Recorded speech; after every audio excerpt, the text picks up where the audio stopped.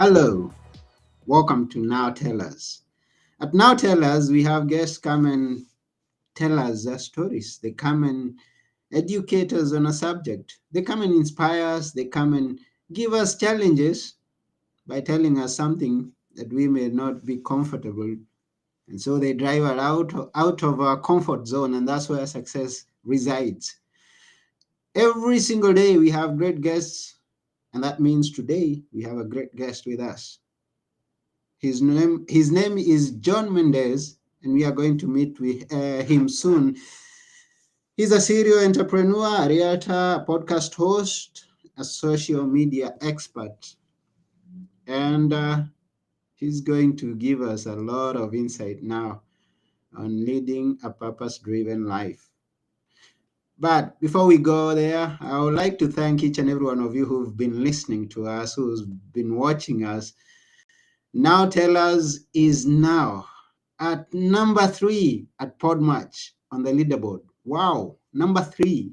Yay! Because of you, because of your support, because of all the guests that come here to give us a good time to tell us what they have to say.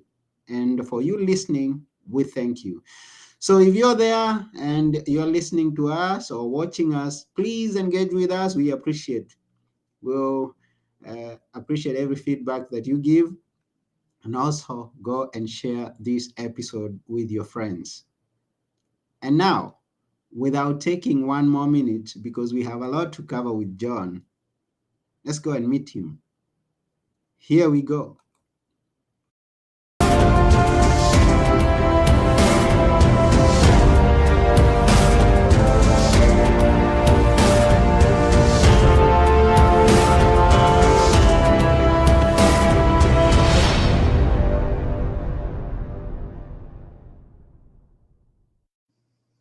Hello there. Good morning, good afternoon, good evening, depending on where you are. This is Anthony, and we are here on the. Here is John. That was a different intro. So here is Now Tell Us, and I'm your host Anthony Merode, and here is John. Hi, John. Hey, how's it going? Yeah, all is well. I thank God that is a wonderful day here. I'm in Athens, Greece, and I don't know where you are. I'm in Stamford, Connecticut, so near New York City, New Oh, York in the U.S. oh, wonderful. And it's good to be connected with technology all the way Yeah, on the other side of the world. How is it there? How is the weather? it's raining today. Very cold rain. Gloomy day, but rain is necessary, right? We always need a little bit of rain to appreciate the sunshine more. So I'm not complaining. Oh, okay, that's good. Rain is good, even as we appreciate the sunshine. Also, rain is good because that's where that what Life comes grows. from. Yeah, it grows our food, the food that we eat. The water is life. And talking about life, we are going to talk about leading a purpose-driven life. And before we go deeper into that, would like to know about your story. Is that where you were born? Did you grow up there? And how was it growing up? Just a little bit of you. Yeah, so I'll give you like the 10,000 foot view because I don't want to bore you with too many stories, right? So I grew up here, born and raised here in Stanford. And so for me, I grew up in project apartments. It was me, my grandparents, my uncle, my aunt, my other uncle, his wife, my cousin, my mom. It was a bunch of us in a two-bedroom apartment. So we were pretty much cramped. I didn't have a bed, my own. I didn't even have like a bed to sleep on until probably like when I moved in fifth grade. So very humble beginnings for the most part. I was never a born entrepreneur. It's something I kind of grew into as I got older, Mm-hmm. and then it was about not until I read, Rich Dad Poor Dad that I shifted my mindset and realized that, hey, there's another way of viewing the world that is out there that wasn't being taught at college or in school in general. Mm-hmm. So, spring semester of my sophomore year, I decided to say screw school and pursue real estate, and uh, I ended up finding my way into the podcasting space and did some social medias, marketing and taught some classes on in that regards. And then now my main and sole focus is growing my podcast, and that's like my main purpose. So that's the 10,000 foot view of how I got to where I am today. Wonderful. That's quite a lot in such a short intro, and we thank you for that. We thank you for that intro. I love the book Rich Dad Poor Dad, and because it teaches some interesting aspects if we only apply them in life. And he reminds us that when we go to school, the things that we are taught are then not the things that we come to experience out here. Yeah. Which is your best thing? I mean, no, the greatest thing that you remember from that book, the From that book, this for phrase or something. for the most part, there's not many too specifics that I really remember from that book. It's just more so the idea, the concept behind the book, right? I Mm-hmm. realized that the way of thinking that I had a little bit resonated very much with the poor dad, and how Okay. I was brought up resonated Mm-hmm. very much with the poor dad. Mm-hmm. And the rich dad, he had a different way of viewing things, and I noticed that my thought process when it came around money, it Mm-hmm. wasn't like super duper scarce, like but it was just like it wasn't like the rich dads, and I was just Mm-hmm. like, oh, there's people that think like that, and it's like, oh, okay, so that's how people with wealth, with affluence, with abundance think. What if I just started shifting the way I think, and then I just started looking more information. So I wouldn't say there was any like specific quote that really hit me hard and really changed my mindset. It was just the concept of the book in general really Yeah. got me to start switching my gears a little bit into how I viewed money and how I viewed the process of obtaining money. Yeah, and that happens to many of the books that we read. We may not remember every character who was there. We may not remember the setting, but what it made us feel and the way that it shifted our mindset, that remains with us forever. And so Yeah. I agree with you. It's not everything that I'm going to remember, but then I'm going to be paying much more attention to the things I do, depending on what I read and what it drove me towards. So yeah, it talks about money, and so Mindset. you pay and the mindset of money, and so you pay close attention to that. And you talk about leading a purpose driven life. What, because it's a passion that you have. Tell us what led you into speaking much about that. Lead a purpose driven life.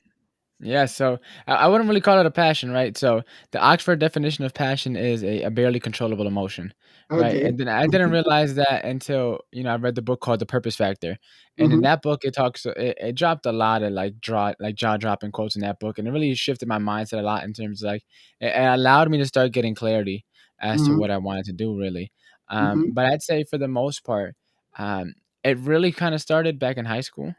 Yeah. What happened was I had an English teacher, Okay. and he used to occasionally go on like off curriculum, like tangents, Mm-hmm. and he would talk about philosophy. He really enjoyed philosophy. And so Mm-hmm. one day we were watching Plato's allegory of the cave, and from there I don't remember much, but I remember this one quote, and it was, "The duty of the enlightened is to enlighten the unenlightened." And that Well, quote stuck with me, right? uh-huh. And it didn't really develop, but it stuck with me. And Uh-huh. then as I started progressing in life and as I started progressing, then I read Rich Dad Poor Dad, got into personal finance, and then I wanted to get into real estate. And then when it came to podcasting, it was more so I was like, I'm on this journey right now, Mm-hmm. and I want to help share my experiences and my knowledge, my wisdom with other people while I'm on the journey, because so many times other people wait until they're successful to start giving back.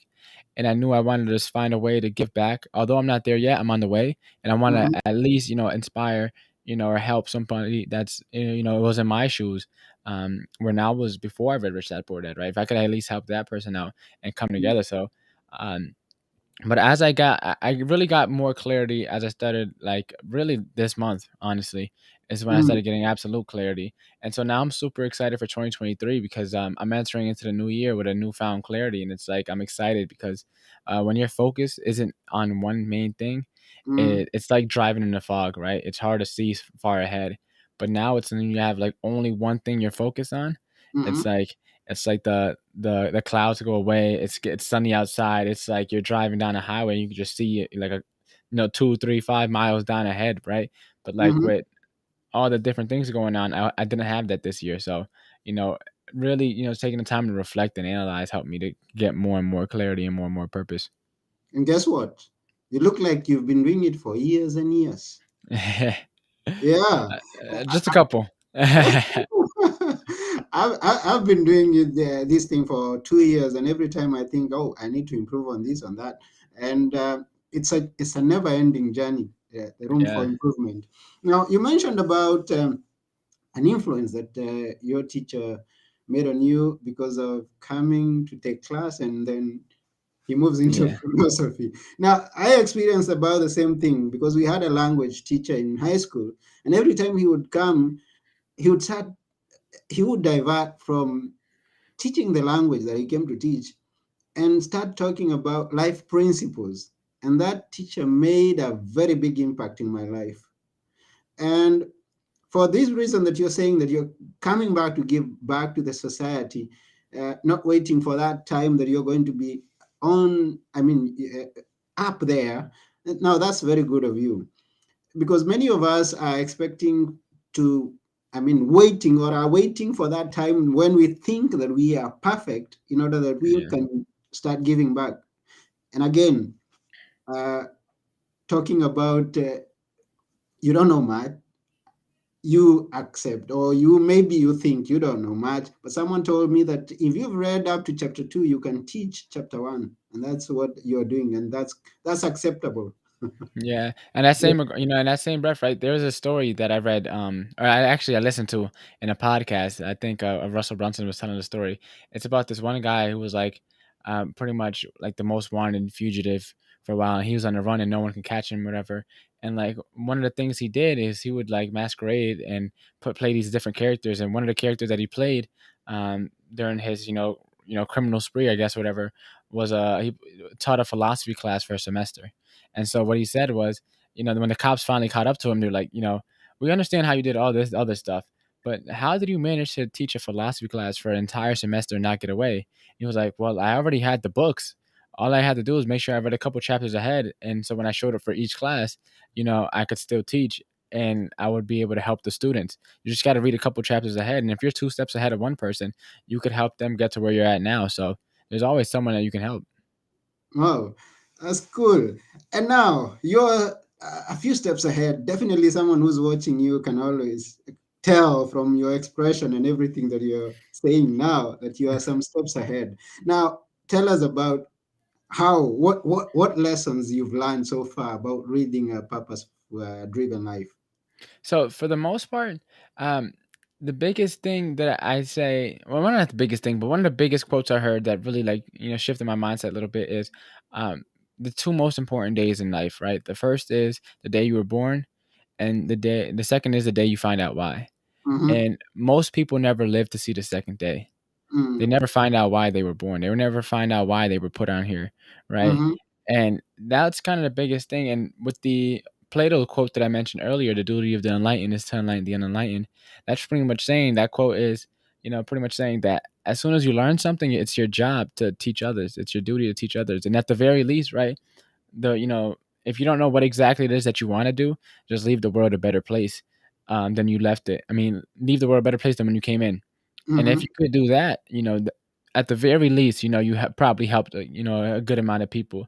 And then mm-hmm, as you get more clear in life and get more focused in life, then you start to niche down because, of course, you could probably help somebody, do their math homework. You help somebody read, you help somebody dance. You can help, but like, what is the best thing that you could help somebody with?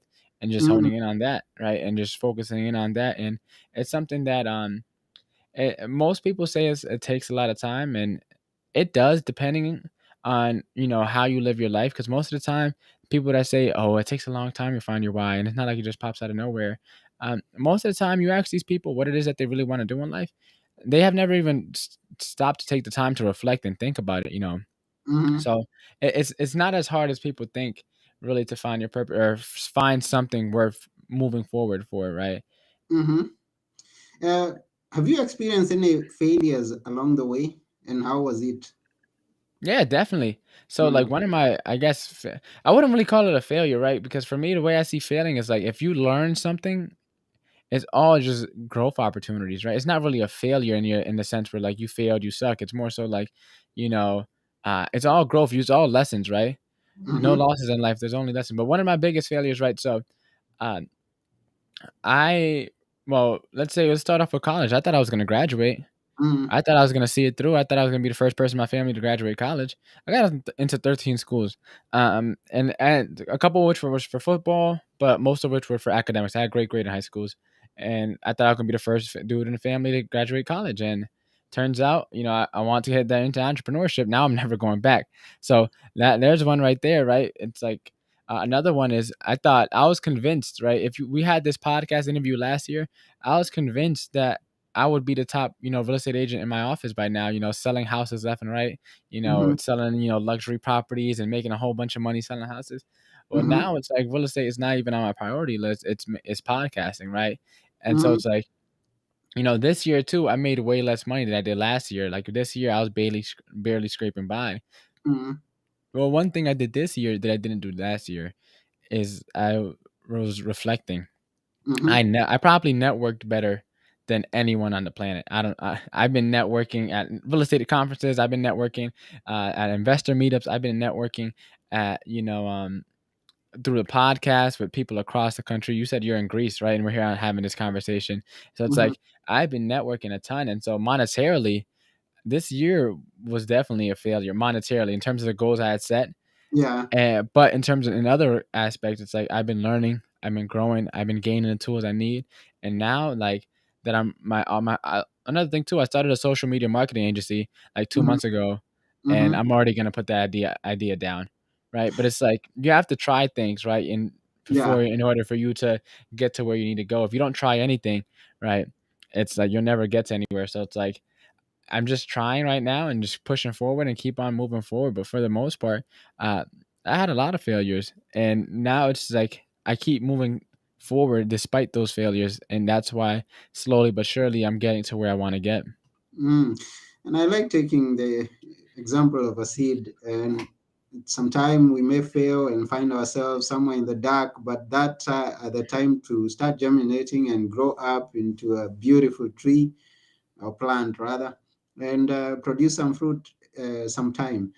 So any failure that I experience, I take it as a time to reflect, just as you're saying, to reflect and look at the way ahead and things that I can do to change the things that I have experienced to the things that I want to experience. So, yeah, I agree with you.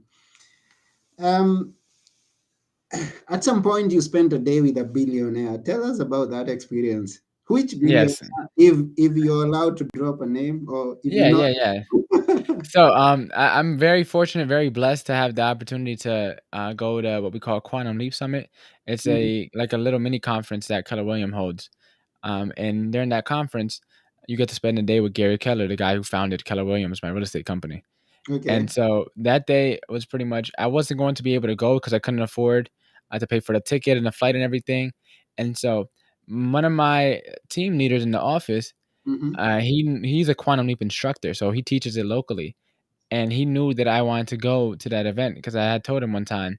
Mm-hmm. And so he was like, "Hey John, like I know you want to go. I'll sponsor your ticket." And so he sponsored my ticket to attend, which allowed me to have the money to book the flight in the Okay. hotel.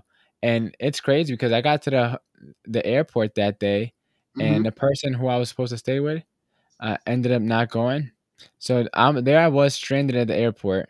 Mm-hmm. Didn't have a way to get to the hotel. Ended up seeing an agent that I had met through Zoom calls from she's from Tulsa, and she Mm-hmm. ended up giving me a ride back to the hotel, and ended up finding another agent that I knew from North Carolina to room with.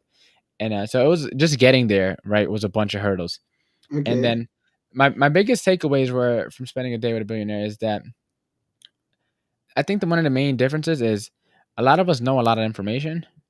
I think the main difference between most people, like regular people, I guess you could say, and someone that achieved that level of success, is Mm-hmm. that that information is almost like ingrained in their DNA. It's like their like genetic makeup is genetic code is written with that information. It's like their advice and their wisdom, and they live it. That's like their very essence. Whereas most people are just recalling information, they're Mm-hmm. actually living that wisdom, that advice. It's and the clarity and the focus and intentionality that he had was very, very, noticeable. And Mm-hmm. his advice and his wisdom was like, there's a couple of things, of course, that like one or two things that are just like I didn't really agree with too much, but for the most part, it's like at the end of the day, that's still like someone that achieved massive level of success. So you Mm, always listen with an open mind and you take as much as you can. And I learned so much from that event. It was like getting fed, drinking water from a fire hose, as they say. yeah. They say that knowledge is power, but then if power is not utilized, then the knowledge is of no use. So the power in the knowledge is in the application. So we Yeah, can know quite a lot, and if we don't live to that knowledge that we know, then it's going to be a waste of time. agreed. Yeah, Mhm. Um, then you talk about creating a mission statement, how that is in alignment with your purpose. How is that? yeah. How So is that? I say the first step, part of that question, right, is a mission statement in line with a purpose is, first of all, what is your purpose? We haven't really gotten to that yet. So there's this concept I've been learning recently called ikigai, right? Okay. And it's a Japanese concept, and the people from that island have the world's longest life expectancy.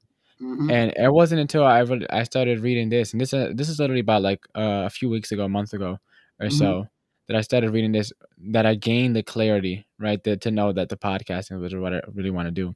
So if Mm-hmm. anyone's listening right now, um, whether that's live or whether that's when you catch the recording when the episode drops, if you have some time to grab a pen and paper, just th- get a blank sheet of paper and get a pen. And the first step to this is find out, write out everything that you love to do. Make a list, right?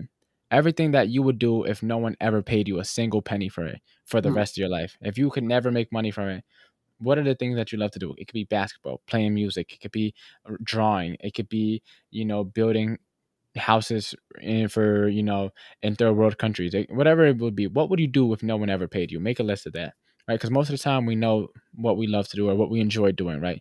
So make that Mm-hmm. list. The second part is, what does the world need? Right. What problem does the world need? We have an obesity crisis in the US, right? Is that your problem that you're called to solve? We also have, do you want to solve cancer? Do you want to, save dogs? Do you want to, like, what problems? Is it climate control? Is it the ocean? Is it pollution? What problems do you see in the world? Because there are a bunch. I still think this world is a beautiful place, right? I'm Yeah. a half full, right? The cup is always half full for me. I'm an optimist. But, Mm-hmm. there are things that could be use some help. So, which of those problems do you feel compelled to act? Right? And then if that checks in with the first circle, right, the first list, what you love to do, then you continue to the next one. What can you be rewarded for? A Mm-hmm. lot of the times we get into thing and we do it and it's charity, and we don't get paid if it fulfills us, but we have to keep the lights on. We Mm-hmm. have to pay the bill. We have to provide food. We have to put food on the table, especially if we have family or we have other responsibilities, right? So then you make a list of, what you can be rewarded for. I always say, like, let's say you want to be a Rubik's Cube coach. Is there a market for that? Maybe. Pretty sure it's really small though, so good luck making a living from it, right? That's not a, Mm-hmm. it's people need to solve Rubik's cubes, but is there a big market for you to make a living off of that? Not really. So you have to find something that you could be rewarded for, Mm-hmm. right? And if that is in alignment with the first two, then you go on to the last step. It's what are you good at? Or I like to say, what do you have the aptitude to be good at? 'Cause sometimes, especially if you're younger, I add that second part mainly for people that are younger, because usually at a younger age, your skills and experiences aren't as developed. So you don't really have, you might not have things that are really like you really excel at, Mm-hmm. and you make that list of all the things that you're good at or you have the potential to be good at, and then from there, um, once you have something that aligns for everything. So for me, the reason I knew it was the podcast is, what do I love to do? I love speaking. I love connecting with people, right? I love having conversations. And then what does the world need? My podcast, I talk about building wealth, right? Building wealth and thinking abundantly. The world right now, especially in the US, right? 6 out of 10 people can afford a $500 emergency expense. Like 70% of people are living paycheck to paycheck in the US, in the most prosperous, one of the most prosperous countries, if not the most on the planet, in the most prosperous time ever in history, with information being more accessible than ever, somehow people are still struggling. So it's like, all right, that's definitely a problem that the world needs, and I feel compelled to act on. Then it's like, what can you be rewarded for? With the podcast, you could do sponsorships, you could do advertisements, you can do, a subscription model, you could do sell, some high ticket coaching offer or a high ticket offer. And then what are you good at? I feel like I have the gift of gab, but it takes more than just rambling to actually deliver a powerful message. So it's like, well, I have the aptitude to be good at speaking already. If I was an introvert, it'll be a lot harder because most of the time introverts aren't as social. So maybe podcasting might be not, might not be the thing that you could be good at. But like I feel like this is something I'm naturally compelled to do because I speak a lot anyways. If you ever have a conversation with me outside of this podcast, I'm the same way. I'll talk your head off if you let me, right? Mm, And so that's how I knew the icky guy or the podcast was like my icky guy, my reason for being, right? My purpose. And that's what, made me realize with absolute clarity that for the time being, this is where I'm going to go all in at. mm. It fits you. Yeah. Yes, you fit to be a podcaster. Maybe better than I. No, there's no competition, right? When we're thinking of out of abundance, it's always room for all of us to grow because we're operating out of creation, right? Yeah. Yeah, I read this book. Is no, it's escaping me. Um, okay, it will come back. The Science of Getting Rich. Yeah, the Science of Getting Rich, and it talks about the abundance that we have, uh, which we have to imagine in the aspect of the greatest gold mine on the world has never been discovered yet. Every single day you'll hear people saying or talking about that a gold mine that they have discovered. So it means that in the world there's so much gold that is unmined. And so if you think in that way, then you will not see scarcity in everything that you're doing, because that applies to every other part of life. Like if you're a podcaster and I'm a podcaster, you'll have your viewers and your followers, I'll have mine. So there's never going to be scarcity of viewers. There's never going to be scarcity of those people that can be helped by the things that we do. So yes, there is abundance in everything. Yeah, and that's the beauty of everything because despite, what people may say that, oh, it's woo woo and it's like grandiose idea and it's, it's easier to say than done.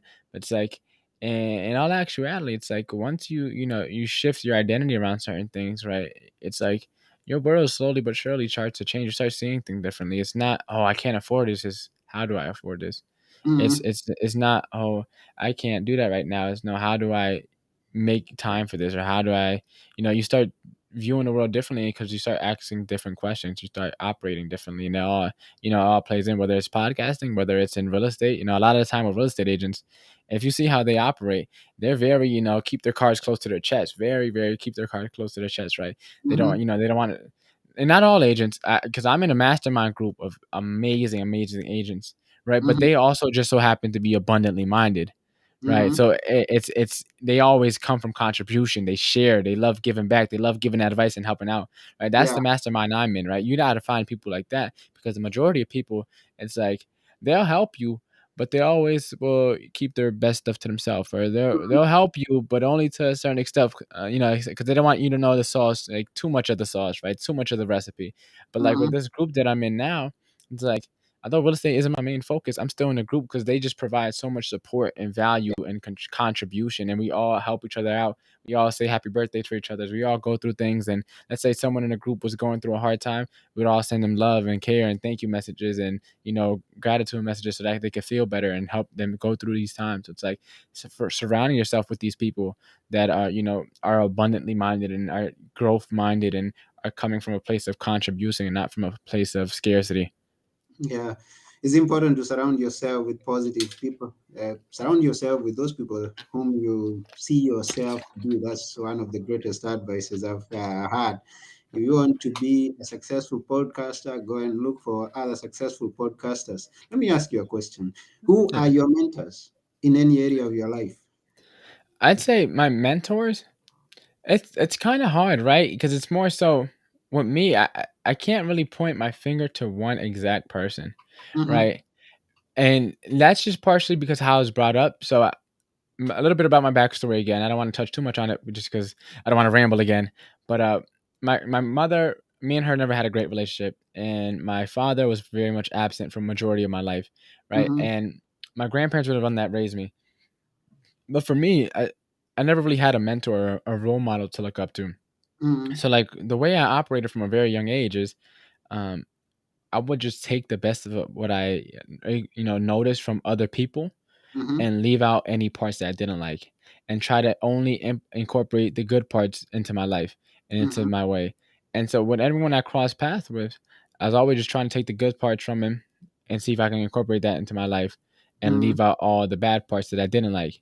So I Mm-hmm. combined all these different viewpoints and these different perspectives of all these different people and combined it with my experience from just me living my own life, right?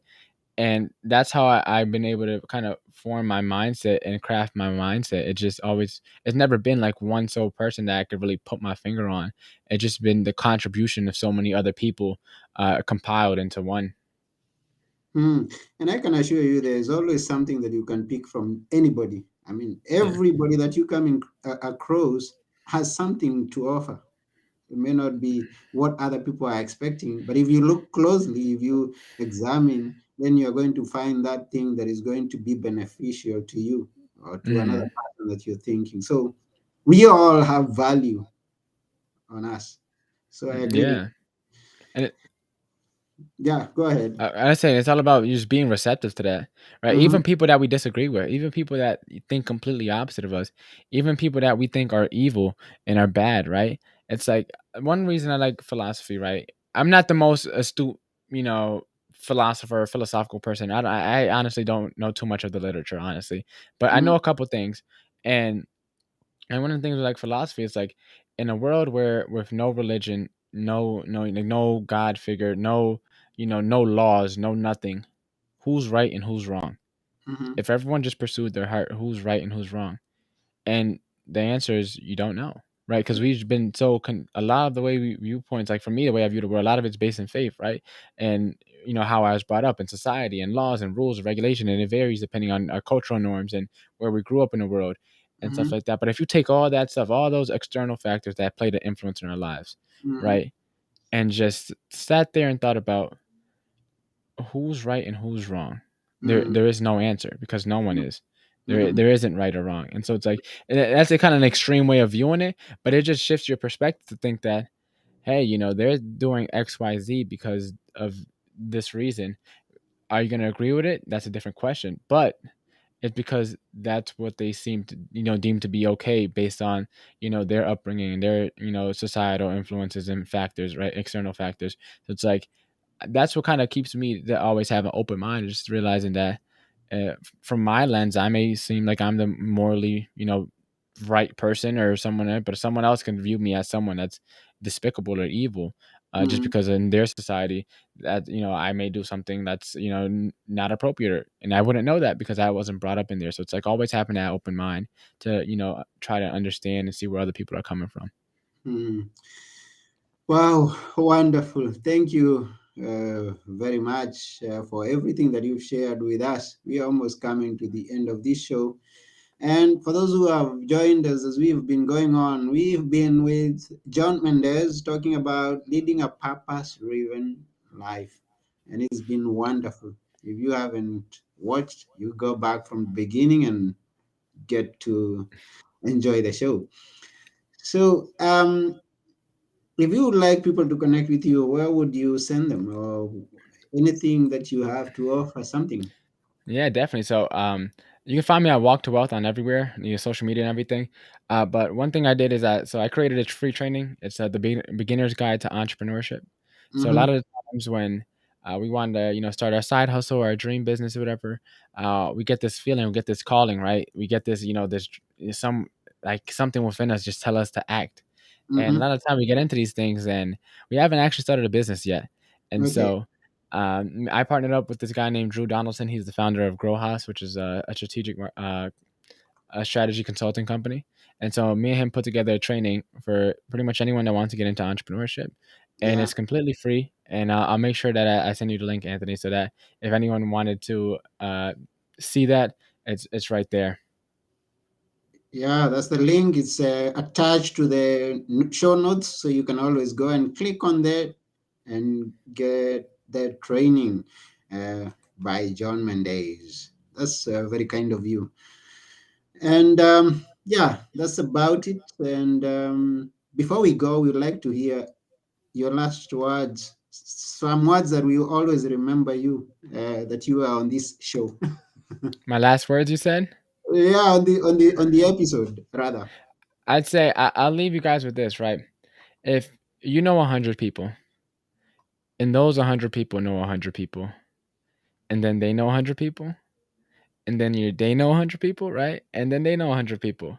You're only about 5 or 6 connections away from a billion people. And so the things you're doing right now may seem so small that you don't realize the impact they have. Because if all you do is change or impact, get your message to 100 people, then you actually have the opportunity to change the world, whether you realize it or not. So go Mm, out there and start making a change now, start sharing your voice now. Because if not, you're pretty much letting the world down, right? Every day that you decide not to share your voice, every day that you decide not to chase your dreams and not to become your best version of yourself. So go out there and no matter how small it is, but just try to help somebody. mm. Thank you very much. You're just a few people from a billion people, a million people. That's wonderful. Come to think of it, you're not so far from any other person that you may think around. This is something I came across a few months back, and I came to it. If you think about it deep, uh, um, from myself to a billionaire, we only have John in between because John has been with a billionaire. I need to go hang out with him again next year, just so I can get some more of that knowledge. Yeah, and I mean, and I kind of tested it because I've had some connections. I've been with people and we've taken a photo, and I see this person has been this other big figure somewhere. So, or he's been with someone, and that someone has been with someone very big, and there. So the distance between the two of us is just three people. So this is to that person who is listening or viewing. Your dream is out there somewhere. The fulfillment of your dream, rather, is out there somewhere with someone because we fulfill dreams through connections. I guess John will agree to this. We 100%. fulfill our dreams through connections. So you've got to reach out there as you're living your purpose driven life, reach out to people, connect with people, and make your dreams become a reality. Go live your purpose, says John. Yeah, lead a purpose-driven life. Yeah. So that's about it today at Now Tell Us. We thank you, John. It's a pleasure having being here, and thanks again for the opportunity. Yes. And we also thank you, the viewer. Please comment, like, share these, subscribe, and let's keep living a purpose driven life. So I've been your host, Anthony Morore, and together with our guest, John Mendez, we're saying bye for now.